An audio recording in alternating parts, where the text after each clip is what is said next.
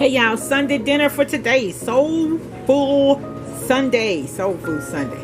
So I did some chicken in the oven. My mom used to do it on the stove with butter. Okay, so she used to fix it on the stove like this with that butter for the gravy.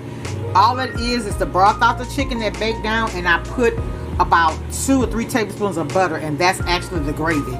It's like a buttery gravy, y'all. So good. She did hers over the stove, but y'all know I do most of my smothered meats in the oven.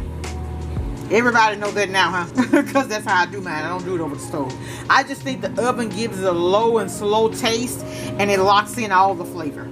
I just prefer it that way. I got my Zatarain's rice, and I had some steamed vegetables, broccoli, cauliflower, carrots, and that's it. I made a chocolate cake, homemade chocolate icing, and that's it. Y'all, it's Sunday. Make someone smile. Much love. Talk to y'all later. Bye.